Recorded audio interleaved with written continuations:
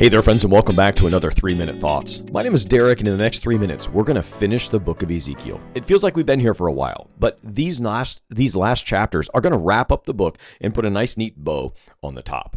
So let's take a look at chapter 46. In chapter 46, God gives Ezekiel a vision of worship in the new temple. The prince has a special role here.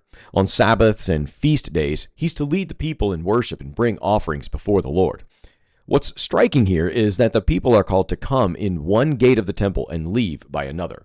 They aren't supposed to just loop back around and exit the way they came in. This is a vivid picture, though. When you encounter the presence of God, you don't leave the same way you came in. Worship transforms you. This is a great visual representation of that very idea.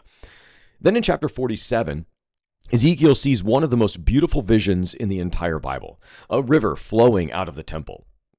At first, it's just a trickle, but as it flows, it grows deeper and wider until it's a mighty river no one can cross. Wherever the river goes, life springs up. Trees bear fruit every month, and their leaves bring healing. Even the salty, lifeless waters of the Dead Sea are healed and made fresh. It's a vision of God's presence bringing restoration, not just to Israel, but to all of creation. It's an image also that's mirrored in the book of Revelation in that new Jerusalem that will be created on that last day. Finally, in chapter 48, the book closes with the division of the land among the 12 tribes of Israel. The allotments are laid out with precision, and at the very center sits the temple, the dwelling place of God. The last verse of the book says, "And the name of the city from that time on shall be, the Lord is there." That's the ultimate promise. God's people restored, his presence dwelling in their midst forever. So how do these closing chapters speak to you and I today? Well, first of all, they remind us that worship is meant to change us. Like those worshipers who couldn't exit the same way they entered, when we gather around God's word and in his presence, we shouldn't leave the same. Real, true, heartfelt worship shapes us from the inside out, reorients our lives, and sends us out differently. That river of life that we see points us to Jesus.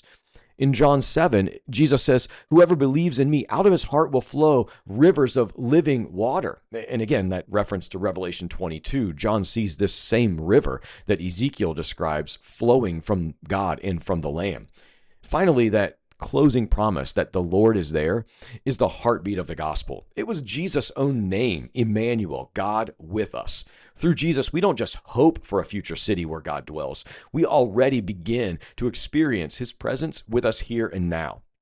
So as we finish this book, here's the takeaway. God's glory departed because of sin, but he promises to return, restore, and dwell forever with his people. And because of Jesus, we live that promise today. Be well, friends.